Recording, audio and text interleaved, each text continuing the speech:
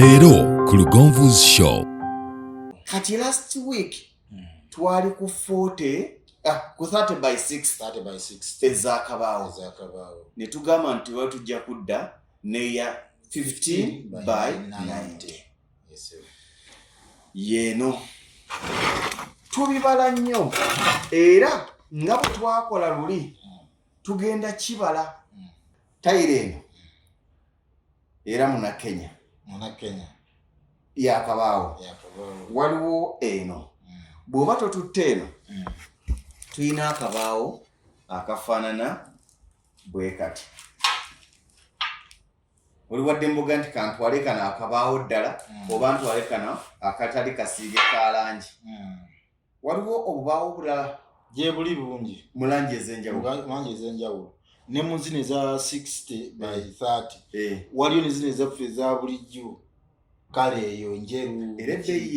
bbeeyi y'emu just size ezawukana. Waliwo abagamba nti nze akabaawo sikaagala akabaawo keetaaga okasiimula buli lunaku ate nze ndi muwulu njagala kiki ekiseerera nga mpisaako kiwero wiiki ejja tujja kutunuulira ziri zennyini eza 30 by 60 nga si kabaawo tayiro zino 90 by 15 yo square meter eba ya mmeka? Square meter yayo ya mitwalo 5 eri yali ya mitwalo 3 eya 30 by 6 eno ye 5 zonna we zisiba wenkana naye omuntu ajja mu ddiiro ategeera enjawulo yajja gimanya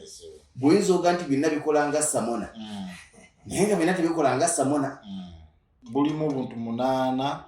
bukola square meter 1.44 okay nkitegeera bukola square meter 1.44 si square meter mu kabox kaabo bubamu 8 si buli kantu koolaba wano nti ka mitwalo 5 mu meka square meter obuntu buno 8 bwe buti bwe bugula ssente ezo.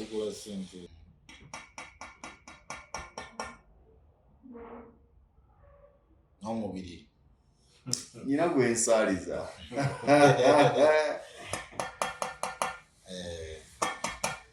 kino abamanyi bajja kimanya ogiwulira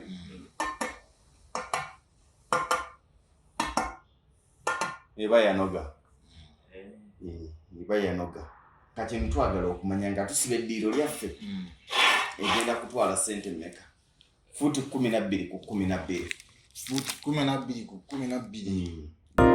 Lindirira